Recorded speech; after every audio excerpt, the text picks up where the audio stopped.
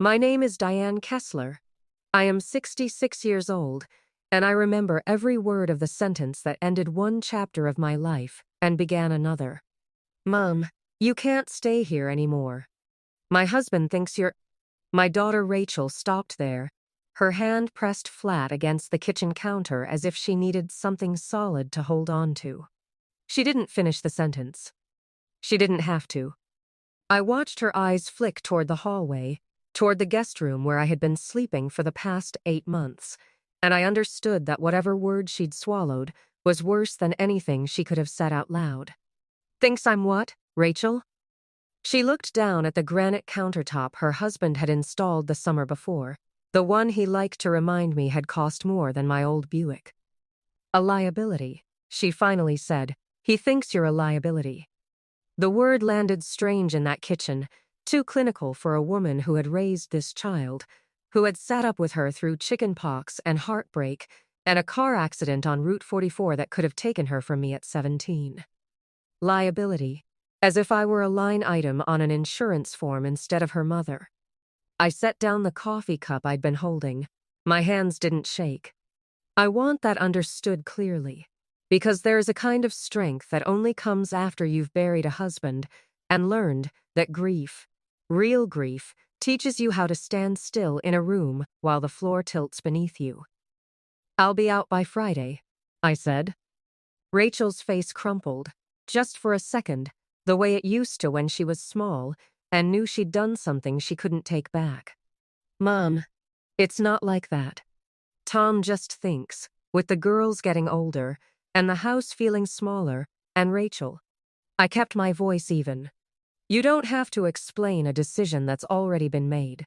I raised you to be honest, even when honesty is uncomfortable. This is uncomfortable. I understand. What I did not say was that I had signed over my house in Tulsa to Rachel and Tom 11 months earlier, after my husband Walter's funeral, when grief had made me foolish and generous in equal measure. Tom had come to me with spreadsheets and gentle words about estate taxes and probate costs. About how much simpler everything would be if the house was already in their name before anything happened to me too. I had believed him. I had wanted, more than anything in that raw first year of widowhood, to believe that my family was taking care of me rather than taking from me. I went to the guest room and began to fold my clothes into the same 2 suitcases I had arrived with.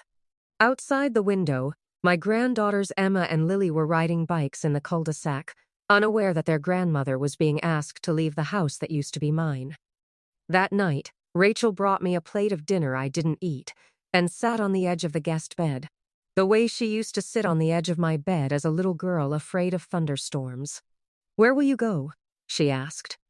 It was a fair question, and an honest one, and I noticed that it came only after the decision had already been made, not before.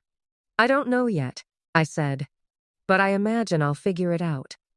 I generally do. She left before I could see whether she was crying, and I sat alone in a room that had a lock on the door but had never, not once in 8 months, felt like mine. I want to go back, now, to how I ended up in that guest room in the first place, because the story doesn't start with Rachel's kitchen. It starts 13 months earlier, in a hospital corridor in Tulsa, holding my husband's hand while a doctor with kind eyes told me there was nothing more they could do for the cancer that had spread through Walter's liver like water through cracked concrete. Walter and I had been married for 41 years. He was an electrician, steady and quiet, the kind of man who fixed things without being asked and never once, in 4 decades, raised his voice at me. We built a life in a modest 3-bedroom house on Comanche Street, the house where Rachel grew up, the house where we hosted every Thanksgiving and every 4th of July, the house that held 41 years of a marriage inside its walls like rings inside a tree trunk. When Walter died, something in me went quiet in a way I hadn't expected. I had prepared myself for grief. I had not prepared myself for the particular loneliness of being the last person alive who remembered certain things, the sound of his key in the lock every evening at 5:40. The way he hummed old Merle Haggard songs while he shaved, the smell of sawdust that never quite left his hands even after he retired. It was Tom, my son-in-law, who first mentioned the house. He came to me 3 weeks after the funeral, while I was still finding Walter's reading glasses in strange places around the house and crying in the cereal aisle at the grocery store. Tom sat me down at my own kitchen table with a folder of papers and a voice full of concern. "Diane, I want to talk to you about something, and I want you to know this comes from a place of love." He always started sentences that way, I would learn later, right before he said something that had nothing to do with love at all. "With Walter gone, and given your age, we should think about protecting the house. If something happened to you, God forbid, this place would get tied up in probate for months. Taxes, lawyers, all of it. If we just transferred the deed into Rachel's name now, while you're healthy, it would save everyone so much heartache down the road." I remember nodding along, exhausted in a way that made every decision feel like wading through wet sand. Rachel sat beside him, quiet, her hand on mine. "You'd still live here, Mom," she said. "Nothing changes. It's just paperwork." I signed the quitclaim deed on a Tuesday afternoon in April at a title company off 71st Street, still wearing my wedding ring. Still finding it strange to write my name without Walter's beside it on any document. Tom drove me home afterward and told me I'd made a smart decision. He used that word, smart, the way you'd praise a child for tying their shoes correctly. 6 months later, Tom's job transferred him to Tulsa's East Side, closer to Rachel's parents, his parents, I should say, not mine, and it was decided, again without much input from me, that it made more sense for me to move in with them, temporarily, while they figured out whether to sell my house or rent it out. My house. The words still belonged to me in my mind, even though the deed said otherwise. "It's just until we sort things out," Rachel promised. A few months. Tops. 8 months later. I was folding my clothes into suitcases in her guest room, while her husband, in the next room, told her I was a liability. I didn't sleep much that last week. I lay in the dark and thought about my sister, Patricia, who lived 2 hours away in Oklahoma City and who had begged me, more than once, not to sign anything without a lawyer looking at it first. I had waved her off. "It's family, Pat," I'd said. Rachel would never let anything happen to me.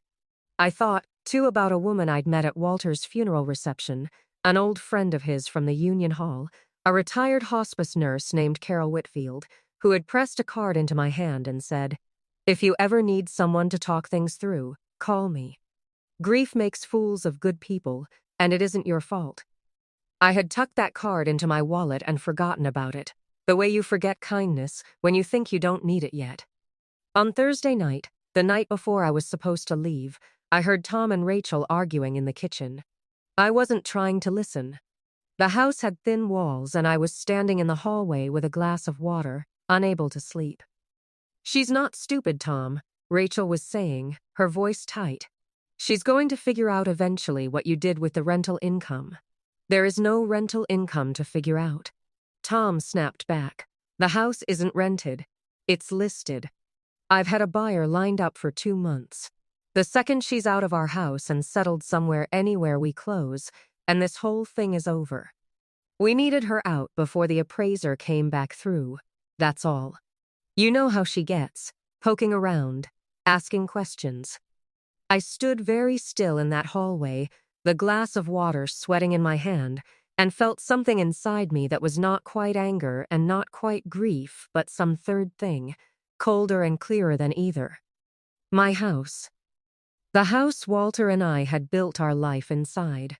Listed, sold, without a word to me, while I slept in their guest room being called a liability. I did not confront them that night. I want to be honest about that, because there is a particular kind of dignity in choosing your moment rather than losing it. I went back to the guest room, sat down on the edge of the bed, and took Carol Whitfield's card out of my wallet. I did not call her that night either. Instead, I did something I hadn't done in 8 months. I opened the drawer of the nightstand where I kept the folder Walter's old friend from the union, a retired attorney named Frank Delgado, who had helped Walter with his will years before, had once told me to keep copies of everything, always, no matter how small it seemed.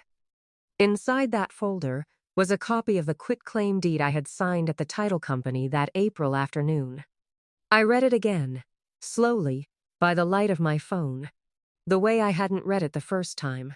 And there, in a clause I did not remember discussing with Tom at all, was a sentence that made my chest go tight. Grantor reserves a life estate in the above-described property. I did not fully understand, that night, what those 7 words meant.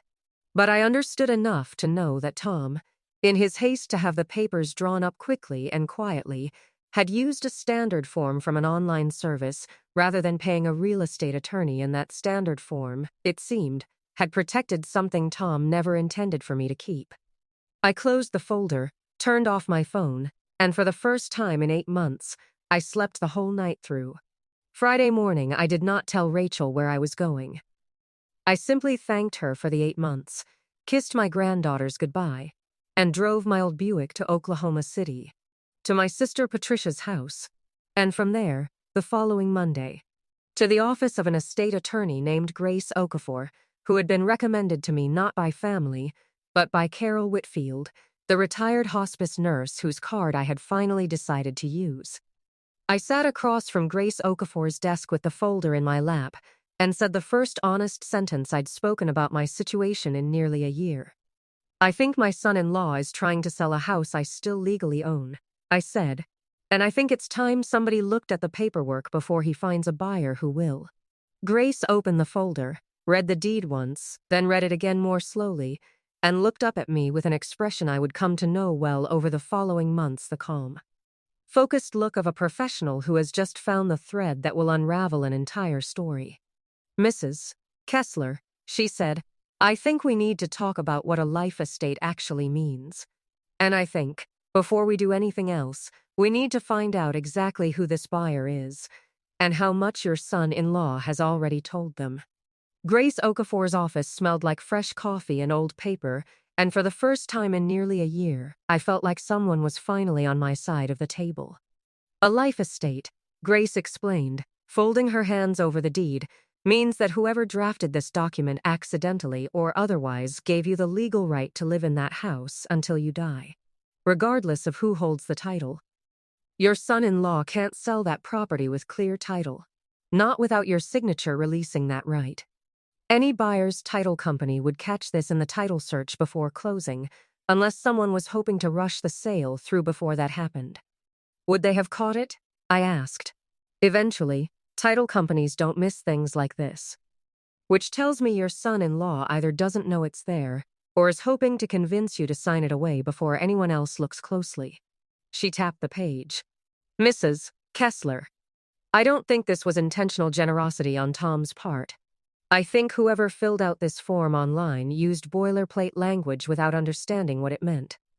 It happens more than you'd think when people try to save money on a real estate attorney. I thought of Tom sitting at my kitchen table with his folder of papers, using the word smart. Smart, it turned out, had been the wrong word for both of us that day, just in different ways. What do I do now? Grace leaned back in her chair. First, we find out who the buyer is and how far along this sale has gotten. Second, we send your son-in-law formal notice, through me, that you're aware of the life estate and that any sale attempted without your consent would be void. Third, she paused, studying me carefully, the way a doctor studies a patient before delivering something difficult. Third, you need to decide what you actually want. Some clients in your position want the house back outright. Others want to negotiate. Others simply want to protect themselves and let their family sort out the rest. There's no wrong answer, Mrs. Kessler, but you should decide it before your daughter calls. Because she will call, and it's easier to hold your ground when you've already found it. I drove back to my sister Patricia's house that afternoon, with the folder on the passenger seat and a strange, unfamiliar feeling settling into my chest. It took me most of the evening to name it. It wasn't triumph, exactly. It was something quieter. It was the feeling of standing on solid ground after 8 months, of feeling like the floor might give way at any moment. Patricia poured us both a glass of iced tea on her back porch and listened while I told her everything: the guest room, the overheard argument, The listing Tom had apparently arranged without telling me. The life estate clause buried in language neither Rachel nor I had understood the first time. "I told you," Patricia said, not unkindly. "I told you at the funeral, Diane. Grief makes people careless, and Tom knew exactly how careless you were." "I know, Pat. You should have called Frank Delgado before you signed anything." "I know that too." I turned the iced tea glass slowly in my hands, watching the condensation slide down onto my fingers. I wanted to believe my daughter's husband had my best interests at heart. Is that such a foolish thing to want? Patricia reached over and squeezed my hand, and neither of us said anything else about it that night. 3 days later, Rachel called. I let it go to voicemail twice before I answered, not out of spite, but because Grace had advised me to wait until I felt steady, and I wanted to be steady when I finally picked up. "Mom, where are you? Why won't you answer?" Tom said someone called him from a lawyer's office, something about the house, and I don't understand what's happening, and I'm scared. "And Rachel," I said, cutting gently through the panic in her voice. "I'm at your Aunt Patricia's. I'm safe. And yes, I have a lawyer now. Because it turns out the house on Comanche Street was never fully signed over to you and Tom the way you both told me it was." There was a long silence on the line. "What do you mean?" "I mean, I still have a legal right to live in that house. Rachel, I mean, Tom has apparently been trying to sell it out from under me without telling me." "Did you know about that? About the buyer?" Her voice cracked. "I didn't know he'd already found someone." "I swear, Mom, I thought we were just exploring options. He said it was just paperwork, just planning ahead. That's what he told me too, back in April." I kept my voice level, the way I had practiced in the car on the drive to Patricia's. "It seems your husband is fond of that phrase. Just paperwork." Rachel was crying now, the kind of crying that comes from a place deeper than the immediate crisis, and some old maternal instinct in me wanted to soften. To comfort her the way I had for 38 years. I let myself feel that instinct without acting on it. There is a difference, I was learning, between loving your child and rescuing your child from the consequences of choices you didn't make. "I need you to talk to Tom," I said instead. "I need you to ask him, directly, how far along this sale is, and who the buyer is.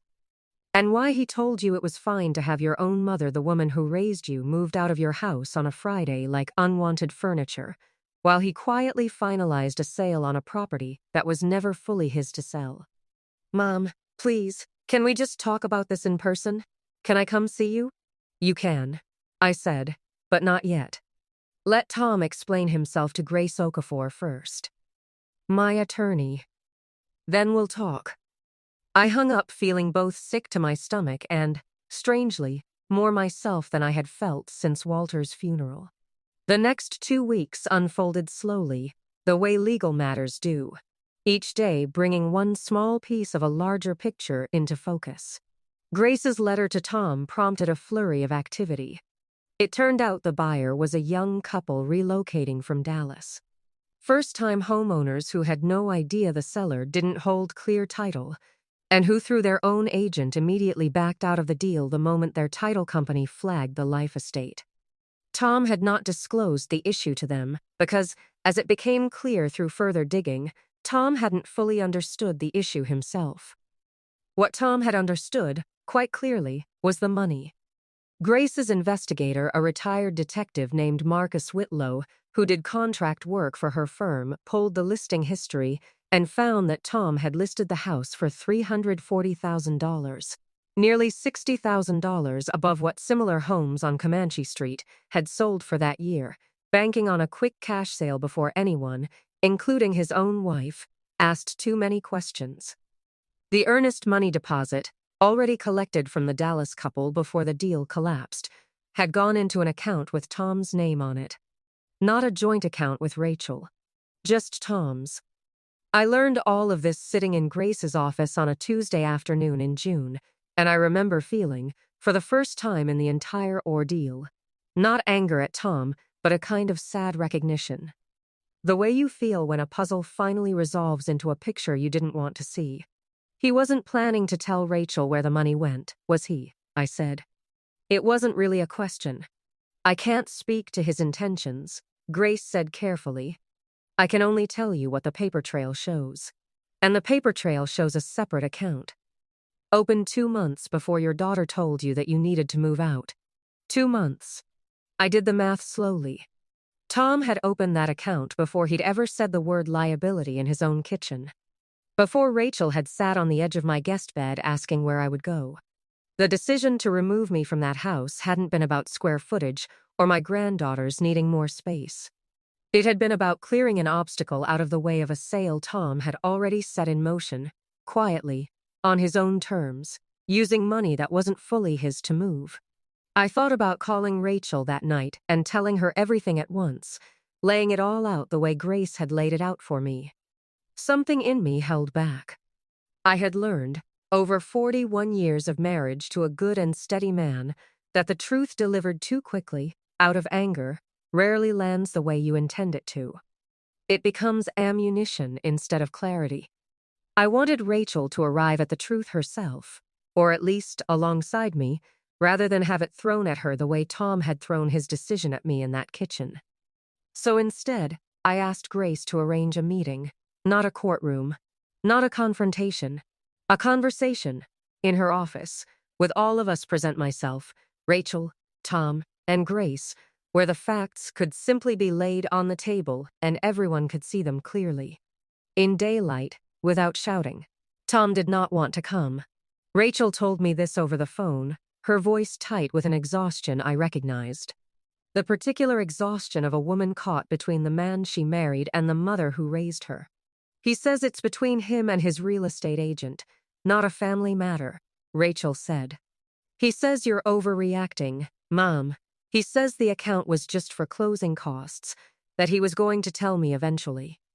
I thought of the entitled little phrases Tom had used with me over the past year, smart decision, just paperwork, protecting the family, and I understood, with a clarity that felt almost peaceful, that eventually was a word people used when they had no intention of ever actually telling the truth on their own. Tell him, I said, that if he doesn't come to Grace's office on Thursday. My next call will be to the Dallas couple's attorney, and then to the Tulsa County District Attorney's Consumer Protection Division, and then to you, to explain why I had to make those calls instead of simply having a conversation in a lawyer's office with my own family. Rachel was quiet for a long moment. You'd really do that? Get him in trouble? Rachel, I said gently, your husband already put himself in trouble. I'm only offering him the chance to walk into that room like a man before someone else makes the choice for him. Thursday came, gray and humid, the kind of Oklahoma summer day that presses down on you before a storm breaks. I arrived at Grace's office 15 minutes early and sat in the small waiting room, watching the clock. Running my thumb over Walter's wedding ring, which I still wore on a chain around my neck alongside my own. At 2 minutes past 2, I heard the elevator doors open, and Rachel and Tom walked in together. Though not, I noticed, walking closely together. Rachel's eyes were red-rimmed. Tom's jaw was set in the particular stubborn line I remembered from every disagreement I'd ever witnessed between him and Rachel over the past decade, the look of a man who had already decided he was going to defend himself rather than listen. Diane, he said, nodding at me stiffly, using my first name the way he always did. Never Mom, not once in 10 years of marriage to my daughter.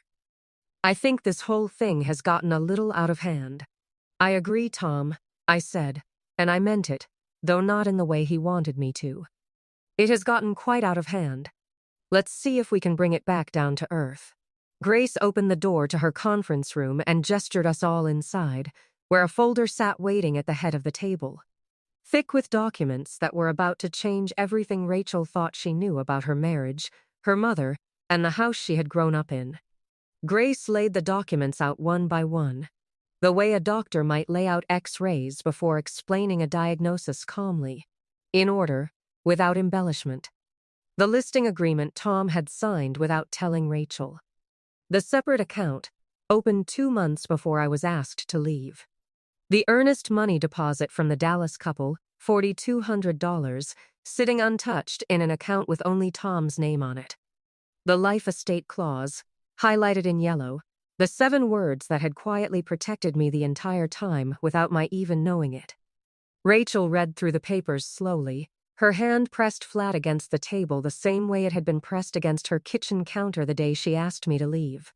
I watched something shift in her face as she moved from page to page, confusion, then disbelief, then a kind of grief I recognized because I had worn it myself for the better part of a year. 2 months, she said finally, looking up at Tom. You opened this account 2 months before you told me we needed Mom out of the house. It's not what it looks like, Tom said, but his voice had lost the stiff confidence it carried into the room. I was just trying to move fast on a good offer. I didn't want to complicate things by getting everyone involved before we knew if the deal would even go through. Complicate things. Rachel's voice was quiet, but it had an edge to it I had rarely heard from my daughter. You mean me? You didn't want to complicate things by involving your own wife in the sale of a house my mother lived in. Rachel, you told her she couldn't stay because I thought she was a liability. You told me to tell her that. Those were your words, Tom, not mine. Rachel's hands were shaking now, but her voice held steady. I stood in my own kitchen and used the word liability about my own mother because you handed it to me, and I was tired, and the girls were loud. And I didn't stop to ask why you were suddenly so eager to have her gone. I did not say anything during this. Grace had advised me, and I had agreed, that this part of the reckoning belonged to Rachel and Tom, not to me. My part had already been played. In the folder, in the deed, in the quiet decision to call an attorney instead of a moving truck. I sat with my hands folded in my lap and watched my daughter find, on her own, the truth I had already found weeks before. The buyer's attorney has indicated they don't intend to pursue anything further. Grace said, breaking the tense silence, given that the sale fell through before closing and no money changed hands beyond the earnest deposit, which by law belongs to the buyers and needs to be returned promptly. As for the life estate, Mrs. Kessler retains the legal right to live in the Comanche Street property for the remainder of her life, regardless of who holds title. Any future sale would require her written consent. So she gets the house back? Tom's voice had an edge of disbelief, as though the idea that I might simply keep what was legally mine was somehow an outrageous outcome. She never lost the right to live there, Mr. Reyes, Grace said evenly. You lost the ability to sell it without her permission. That's a different thing entirely. Tom sat back in his chair, and for a moment I watched him calculate. The way I imagine he calculated everything: costs, angles, ways to salvage the situation. Look, he said, turning toward me for the first time all afternoon, Diane. I know this looks bad. But everything I did because I thought it was best for the family. The market's hot right now. I thought if we sold quickly, we could set the girls up for college, get ahead on the mortgage, maybe even help you get settled somewhere smaller, more manageable. I wasn't trying to hurt you.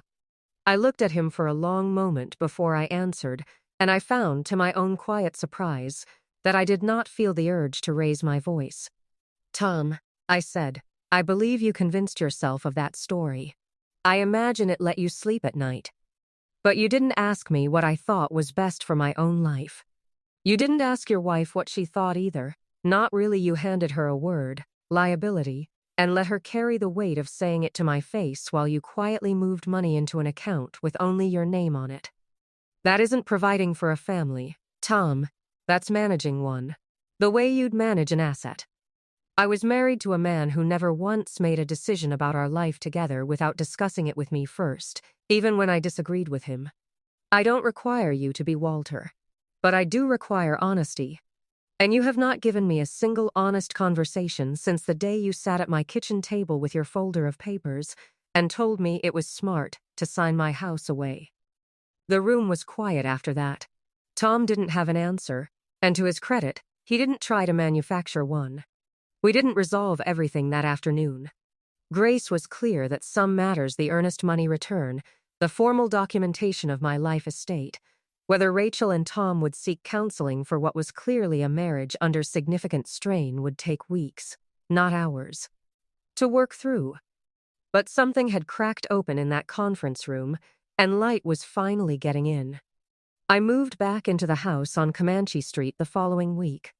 Patricia drove up from Oklahoma City to help me unpack the 2 suitcases I had lived out of for nearly a month, and together we opened the windows and let the summer air move through rooms that still smelled, faintly, like Walter's aftershave, like 41 years of a life well lived. Rachel came by 3 days later, alone, without Tom, carrying a box of Emma and Lily's old artwork that she said she'd found while cleaning out a closet and thought I might want. We sat at the kitchen table, my kitchen table now, truly mine again, and she cried for a long time before she could speak. "I keep thinking about that day in my kitchen," she said, the word I used. "I keep hearing myself say it, and I don't understand how I let it come out of my mouth. You were tired, Rachel. You were caught between a husband who was hiding things from you and a mother who had gone quiet with grief. That doesn't excuse the word, but it explains it. There's a difference." I reached across the table and took her hand, the way I used to when she was small and frightened of storms. "I forgave your father for plenty of things over 41 years, not because he was always right, but because he always, eventually, told me the truth and tried to do better. I'm willing to extend you the same patience. I'm not willing to extend it to Tom until I see the same thing from him. He says he wants to make it right. He says he'll get counseling. He returned the earnest money already, and he's talking to Grace about drawing up something and writing an agreement, so this can never happen again, so you'll always have a say in what happens to this house." "That would be a start," I said. "Actions, Rachel, not just words at a kitchen table." She nodded, wiping her eyes, and for the first time in nearly a year, I felt something in our relationship that resembled the ground beneath our feet holding steady rather than shifting. August came, and with it, Emma's 9th birthday. Rachel asked, carefully, almost shyly, whether I would host it at the house on Comanche Street. The way I used to host every birthday and holiday before Walter passed. I said yes before she finished asking. The backyard filled that Saturday with the sounds of children shrieking over a sprinkler. The smell of hot dogs on the grill Walter had bought 15 years earlier, and that still worked perfectly. The low hum of adult conversation drifting from lawn chairs arranged in the shade of the old oak tree. Tom came, though he stayed mostly near the grill, quiet, watchful. Clearly still working to earn back a trust he had spent carelessly. He brought me a card before he left that evening, handwritten, no folder of paperwork attached this time. "I'm sorry," it read, simply. "I let fear about money make me a person I don't want to be. I'm working on it. Thank you for not giving up on Rachel and the girls, even when you had every reason to walk away from all of us."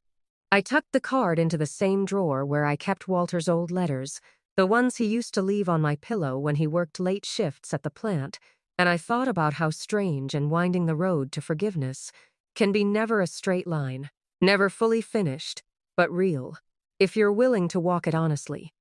That evening, after everyone had gone home and the girls' bikes had been loaded back into Rachel's car, I sat alone on the back porch with a cup of tea, watching the sky turn the particular shade of orange that Oklahoma summers do so well, and I thought about the year that had passed since I sat in that hospital corridor holding Walter's hand.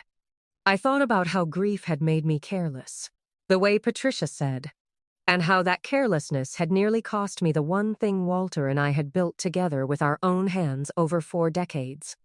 I thought about Carol Whitfield's business card, tucked into my wallet at a funeral reception, waiting patiently for the moment I would finally need it.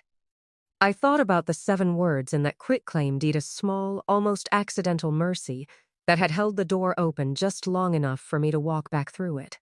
Mostly, I thought about how strength, at 66, doesn't look the way it did at 26. It isn't loud.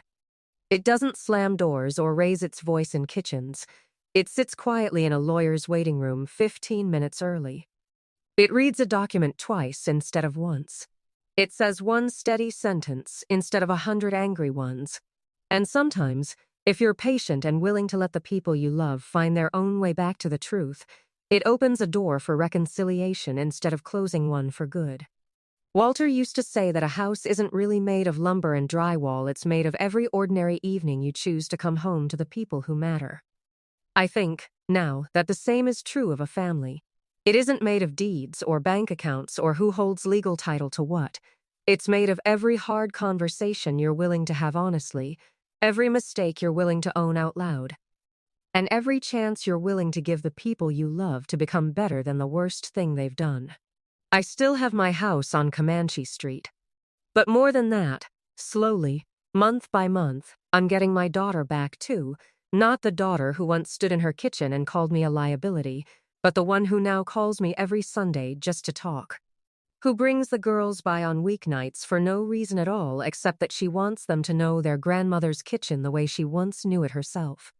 If you're listening to this tonight, and you've ever felt like your family saw you as a burden instead of a blessing, I hope you hear this clearly.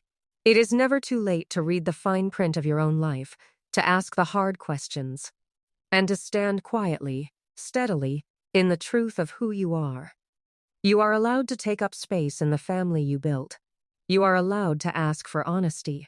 And sometimes, the very thing someone hoped you'd never notice is the thing that saves you. Thank you for spending this time with me and with my story tonight.